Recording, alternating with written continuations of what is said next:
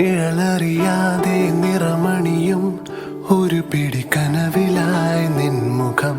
മനമറിയാതെ നിലവുകളിൽ ഇരവിലെ കുളിരുപോൽ നീ വരും. നിഴലറിയാതെ നിറമണിയും ഒരു പിടി കനവിലായി നിൻമുഖം. മനമറിയാതെ നിലവുകളിൽ ഇരവിലെ കുളിരുപോൽ നീ വരും. ഇനിയൊരു ജന്മമേ മനസ്സിലായി ചേരുമോ?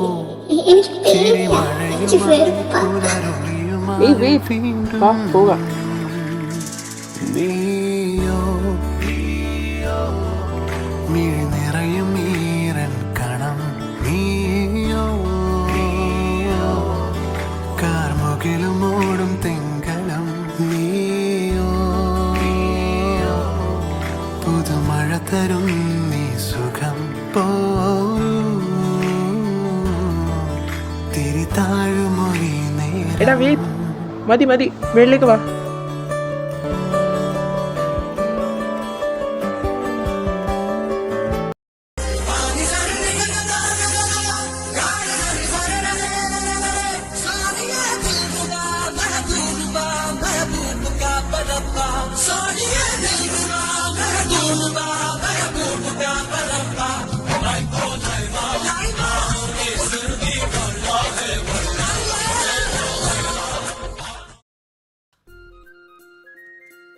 ഫൈനലി ഒത്തിരി സ്പേഷ്യസ് ആയിട്ട് തോന്നുന്നു. Just peaceful. നന്നായിട്ടുണ്ടല്ലേ അക്ഷു? ബഹളമൊന്നുമില്ലാതെ നല്ല രസമുണ്ടല്ലേ? Quite is peaceful. Just peaceful.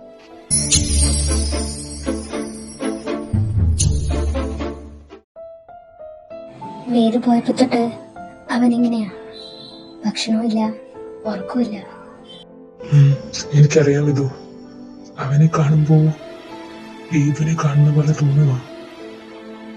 ഒത്തിരി വേദനിക്കുന്നുണ്ടവൻ. എനിക്കങ്ങോട്ട് മനസ്സിലാവുന്നില്ല നമ്മളെല്ലാരും എന്തായെല്ലാം ഓക്കെ ആണെന്നുള്ള രീതിയിൽ ഇവിടെ ഇരിക്കുന്നതെന്ന്. അവൻ എത്ര വേദനിക്കുന്നറിയോ? നിങ്ങൾ ചുമ്മാ ഓരോന്നാലോചിച്ച് കൂട്ടാതെ. പക്ഷെ അമ്മ, ഇന്നലെ നീയും കണ്ടതല്ലേ അവന്റെ മുഖം? എന്റെ ഫേതു he was so broken. പിന്നെ നീ അക്ഷുനെ നോക്ക്, അവൾ എത്ര ഹാപ്പിയാണെന്ന് അവൻ പോയതുകൊണ്ട്. എന്തൊക്കെയാണെന്ന് പറഞ്ഞാലും അവക്കിത് എങ്ങനെ? അവളത് മനഃപൂർവ്വം അല്ല ഋഷിയേട്ടാ. അവൾ അത്രയും സഫോക്കേറ്റ് ചെയ്തിട്ടില്ല അവന്റെ കൂടെ. ഇല്ലെന്ന് നമുക്ക് ആർക്കെങ്കിലും പറയാൻ പറ്റുമോ? എല്ലാം ഇനി അവർ പരസ്പരം മനസ്സിലാക്കുന്നത് വരെ ഇത് നമുക്ക് കണ്ടു നിന്നേ പറ്റുള്ളൂ. But now he loves her so much. ഞാൻ എത്ര നാളെന്ന് വെച്ചാമോ അവന്റെ ഈ അവസ്ഥ കണ്ടു നിൽക്കേണ്ടത്? ഋഷിയേട്ടാ നിർത്തിക്കേ, ചുമ്മാ ഓരോന്ന്. വേദ് അവൻ സ്ട്രോങ്ങാ. ധൈര്യം കൊടുക്കേണ്ട നിങ്ങൾ തന്നെ ഇങ്ങനെയൊക്കെ തുടങ്ങിയാലോ? അവൻ ട്രിപ്പ് പോയിട്ട് വരട്ടെ, നമുക്ക് സംസാരിക്കാം. ഒരു വഴി കണ്ടെത്താം. ചുമ്മാ ഓരോന്നാലോചിച്ച് കൂട്ടി ഓരോന്ന് വരുത്തി വെക്കാതെ. ഇതൊന്നും ശരിയല്ലമോ? നിനക്കറിയില്ല അവൻ ലൈഫിൽ എന്തോരം സഫർ ചെയ്തിട്ടുണ്ടെന്ന്. ഇനിയും ദൈവം അവനെ പരീക്ഷിക്കുന്നത് കാണാൻ എനിക്ക് വയ്യ. അവക്കറിയില്ല എത്ര മുറിവാ അവൾ അവനെ ഉണ്ടാക്കിക്കൊണ്ടിരിക്കുന്നതെന്ന്. അറിയില്ലായിരിക്കും, ബട്ട് അവള് ഒത്തിരി സഫർ ചെയ്തിട്ടില്ലേ? നമുക്ക് അവർക്കൊരു ബ്രേക്ക് കൊടുക്കാം. അവർ തീരുമാനിക്കട്ടെ മുന്നോട്ട് ഇനി എന്തെന്ന്. അവരുടെ ഡിസിഷനെയും അവരെയും ഒരുപോലെ സപ്പോർട്ട് ചെയ്യണം. സപ്പോർട്ട് ചെയ്യാൻ നമ്മളില്ലേ? ഒന്നും വരില്ല, ഞാനല്ലേ പറയുന്നേ. വാ നമുക്കൊന്ന് നടന്നിട്ട് വരാം. അപ്പോ മൈൻഡൊക്കെ ഒന്ന് ഫ്രഷ് ആവും. വാടോ മാഷേ.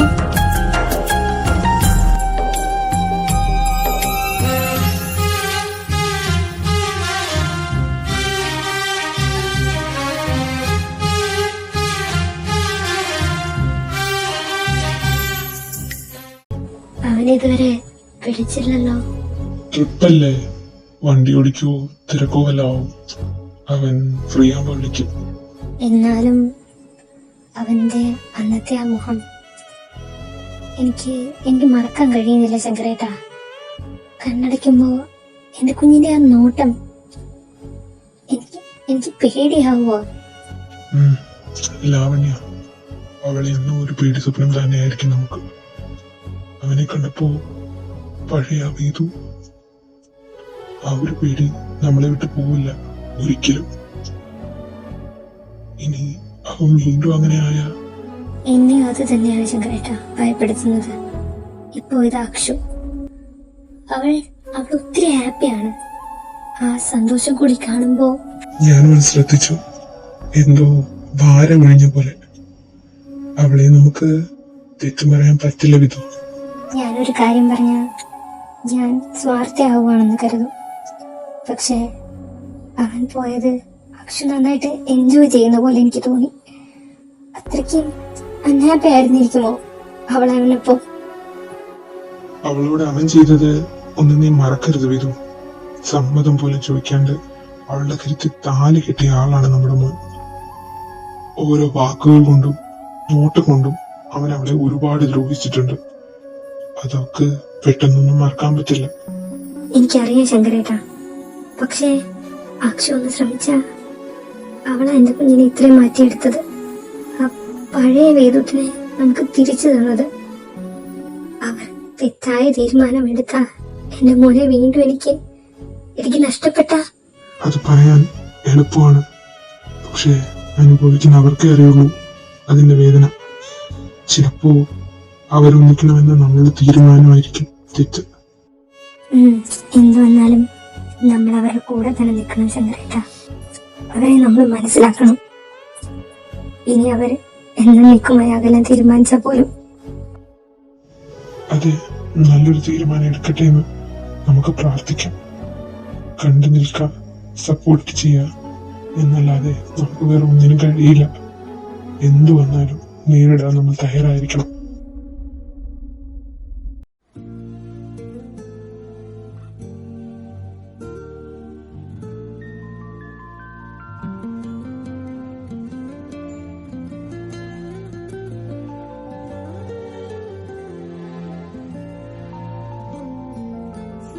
എനിക്ക് എത്ര ആലോചിച്ചിട്ട് മനസ്സിലാവുന്നില്ല അക്ഷു എന്താ ഇങ്ങനെ ബിഹേവ് ചെയ്യുന്നതെന്ന്. അവൻ പോയപ്പോ തന്നെ അവൾ ഇത്ര പെട്ടെന്ന് ഇങ്ങനെ റിക്കവറായി വിശ്വസിക്കാനേ വയ്യ. ഒന്നോർത്താൽ അവൾ ആ ടൈപ്പോ Ved is actually having a blast and having fun of teasing and hurting her. ഇപ്പോ ദേ തിരിച്ച് അവൾ ഹാപ്പിയാണ്, അവനോ ഗെറ്റിംഗ് ഹേർട്ട് മോർ ഡീപ്ലി. അവരെ റിലേഷൻഷിപ്പ് വേണ്ട, സെപ്പറേറ്റ് ആവാമെന്ന് തീരുമാനിച്ചാൽ അവരങ്ങനെ ഒരു തീരുമാനം എടുത്താ നമുക്കവരെ രണ്ടാളെയും തന്നെ പറ്റില്ലടാ. സപ്പോർട്ട് ചെയ്യുക, രണ്ടുപേരും ഒറ്റയ്ക്കല്ല, നമ്മൾ കൂടെ ഉണ്ടെന്ന് അവർക്ക് ബോധ്യപ്പെടുത്തുക. അല്ലാണ്ട് വേറൊരു ഓപ്ഷൻ നമ്മുടെ മുന്നിലില്ല. അതെ, ഇനി എന്തു വന്നാലും നമ്മൾ സ്ട്രോങ് ആയിട്ട് നിന്നേ പറ്റൂ. ഇത് അവരുടെ ജീവിതമാണ്, അവര് എന്താന്ന് വെച്ചാ തീരുമാനിക്കട്ടെ.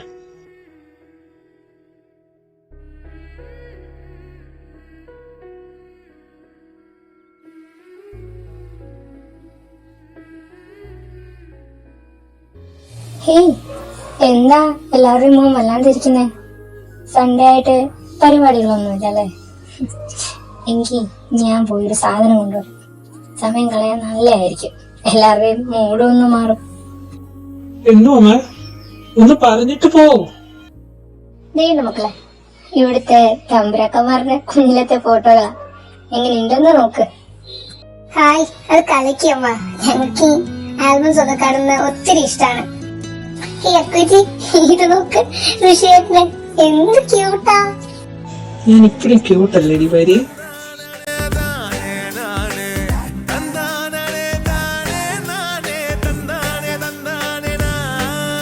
അമ്മോ, ഇത് നോക്ക്, കിച്ചേട്ടന്റെ ഹെയർ പശു നക്കിയതുപോലെ.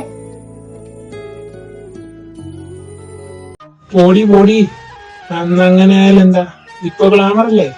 കോളേജ് ഗേൾസ് ഫുൾ എന്റെ പുറയിലാന്ന് നീ മറക്കണ്ട. ഓ ശരി സാർ. ആഹാ, ഇനി സ്കൂളിലേക്ക് ആകുവാണോ? ഇതിലായിരിക്കും നിങ്ങളെയൊക്കെ കാണാൻ ഇത്തിരിയും കൂടി രസം അല്ലേ അമ്മോ? അയ്യേ, ഋഷിയുടെ ആ നനഞ്ഞ കോഴിയെ പോലെ മുടിയിരിക്കുന്ന നോക്ക്.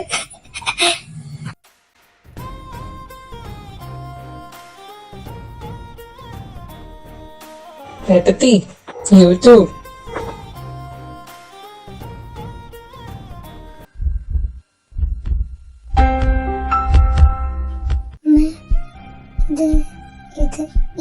ഫോട്ടോയാ? ആരെ ഇതോ? അത് വേദൂട്ടൻ അക്ഷു. അവൻ അന്ന് ഇന്നും ഫോട്ടോ എടുക്കുമ്പോ ആ സീരിയസ് മുഖമേ വെക്കുള്ളൂ. ചിരിക്കാൻ പറഞ്ഞ അവൻ ഏതാണ്ട് ദേഷ്യമാണ് നമ്മളോട്. എന്ത് പറ്റി മോളെ? അക്ഷു, അവക്ക് എന്താ പെട്ടെന്ന് പറ്റിയേ? ഇനി അക്ഷുവിന് വീതൂരം കണ്ടപ്പോ നമ്മളിനി എങ്ങനെയാ ഇതൊന്ന് സോർട്ട് ഔട്ട് ചെയ്യാ? പേടിയാവുന്നു. ഏയ് അതൊന്നും ഓർത്തുമ്പോ ടെൻഷൻ അടിക്കാതെ. അതൊന്നും ആയിരിക്കില്ല. അവക്ക് ആ ഫോട്ടോ ഇഷ്ടപ്പെട്ടിട്ടുണ്ടാവും. അത് കൊണ്ടുപോയി സൂക്ഷിച്ചു വെക്കാനായിരിക്കും അത് എടുത്തോണ്ട് ഓടിപ്പോയത്. അമ്മ ഒന്ന് ഓർത്ത് ടെൻഷൻ അടിക്കാതെ. അമ്മ അവക്ക് കുറച്ചും കൂടെ ടൈം കൊടുക്ക്. അവൻ വരട്ടെ, നമുക്കെല്ലാം ശരിയാക്കാം. വിഷമിക്കാതെ. വേണ്ടമ്മോ, അവള് കുറച്ചു നേരം ഒറ്റയ്ക്കിരിക്കട്ടെ. ഇപ്പോ അതാവും നല്ലതെന്ന് എനിക്ക് തോന്നുന്നു. ഇതേണ്ട എല്ലാരും ഇങ്ങോട്ട് നോക്കിയേ, ഋഷി എന്താ ഈ കാണിച്ചോണ്ടിരിക്കുന്നേന്ന്. അമ്മേ, എനിക്കൊരു ഡൗട്ട്. നമ്മൾ എല്ലാവരുടെയും കുഞ്ഞിലത്തെ ഫോട്ടോ കണ്ടു, കിച്ചുവേട്ടന് മാത്രം കണ്ടില്ലല്ലോ. അതിനി വേറെ ആൽബത്തിൽ വല്ലതാണോ? വേദിന്റെയും ഋഷിയേട്ടന്റെയും ഇതിലുണ്ടല്ലോ. അമ്മ ഇനിയും അതെടുക്കാൻ മറന്നതാണോ? നിനക്ക് എന്തിന്റെ കുഴപ്പമാണോ? ചുമ്മാ. ചേച്ചി, അതിന് ഞാനൊന്നും പറഞ്ഞില്ലല്ലോ. അമ്മ, നിനക്കറിയാത്ത ഒരു കാര്യമുണ്ട്. എന്താമ്മേ, എന്ത് പറ്റി മോളെ? അത് കിച്ചു ഞങ്ങളുടെ സ്വന്തം മകനല്ല മോളെ, എന്റെ ചേച്ചിയുടെ മകനാണ്.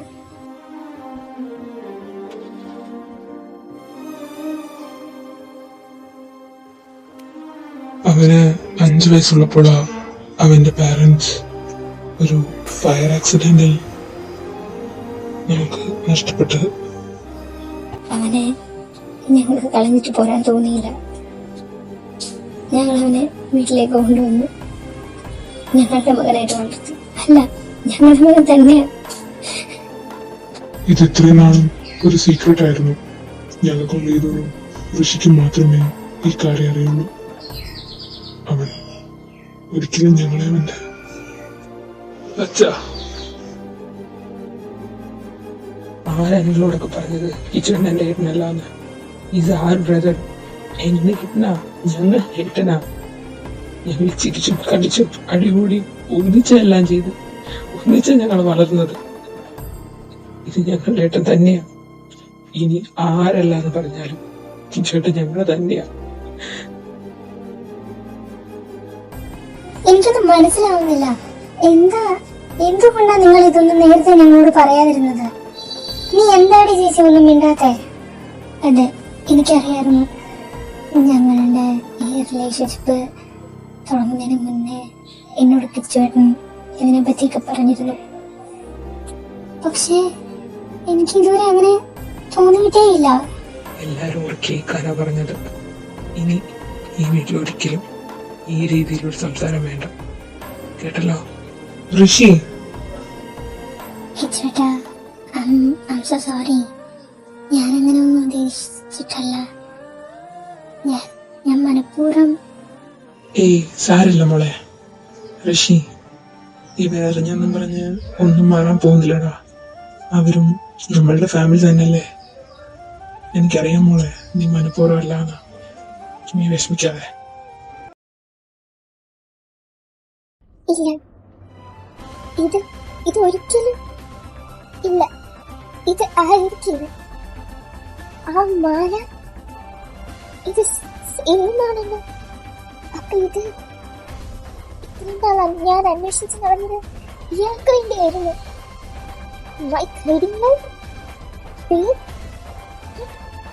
എങ്ങനെ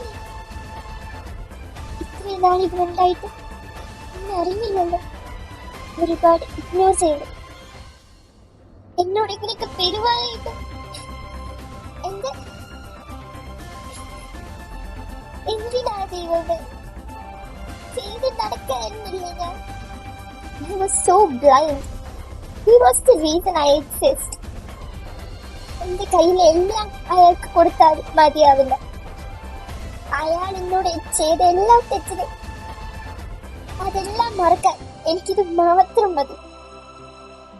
ആ ദിവസം മുതല് കാത്തിരുന്നിട്ട് ഇത്ര അടുത്തുണ്ടായിട്ട് മനസ്സിലാക്കാൻ പറ്റിയില്ലല്ലോ എനിക്ക് ദേഷ്യായിരുന്നു, വെറുപ്പായിരുന്നു അയാളോട്. ബട്ട് അതിന്റെ കണ്ണീട്ടനായിരുന്നു, എന്റെ മാത്രം കണ്ണീട്ടൻ. ഞാൻ വിളിക്കാൻ പോവാ എന്റെ കണ്ണീട്ടനെ. ഇനി ആ സൗണ്ടെങ്കിലും ഒന്ന് കേട്ടില്ലെങ്കിൽ എനിക്ക് മനസ്സമാധാനം ഉണ്ടാവില്ല.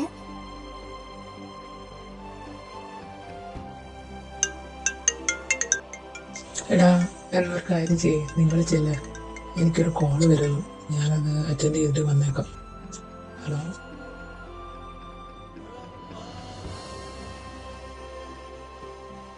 ഹലോ, ആരേത്? അക്ഷു.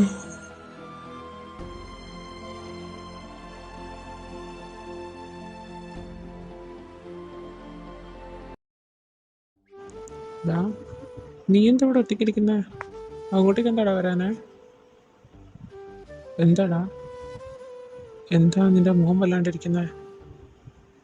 ആരാ വിളിച്ചേ? ഇനി വീട്ടിലെന്തെങ്കിലും? എടാ, അത് എന്നെപ്പോ അക്ഷു വിളിച്ചത്. അന്ന് വീട്ടിൽ വന്നപ്പോഴേ ഞാൻ ചോദിക്കണം എന്ന് കരുതിയതാ. നിങ്ങളുടെ റിലേഷൻഷിപ്പ് ആൻഡ് ഓൾ എന്തോ ഓക്കെ അല്ലാത്ത പോലെ എനിക്ക് തോന്നി. ഇഫ് യു ആർ പറയാനാണെങ്കിൽ ഒത്തിരി പറയാനുണ്ടടാ. എടാ, ഇതൊക്കെ കേട്ടിട്ട് എൻ്റെ ഒരു എക്സ്പീരിയൻസ് വെച്ച് പറയുവാണെങ്കിൽ a girl like Akshu, it's so difficult to have such a relationship. നമുക്ക് ഒരു രീതിയിലും അവൾ ചെയ്തത് തെറ്റാണ് എന്ന് പറയാൻ പറ്റില്ല, even when she acted like this.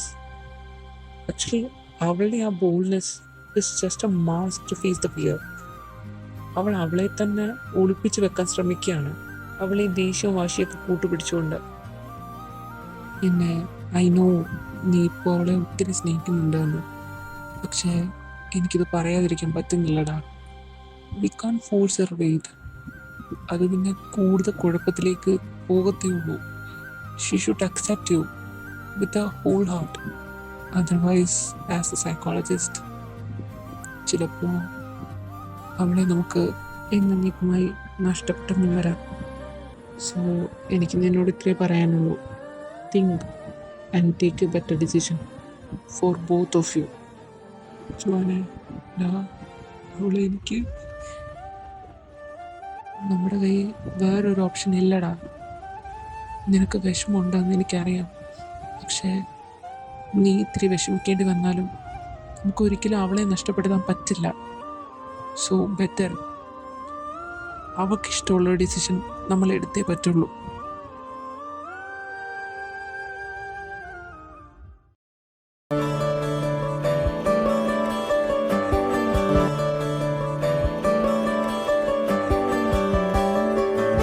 നറുമഴ പോലെ ചെറുചിരിയായി ഇനി അവൾ അകലിമായും ദിനം വഴിയറിയാതെ നനയുകയായി ഒരു പിടി കനലിലാളും മനം.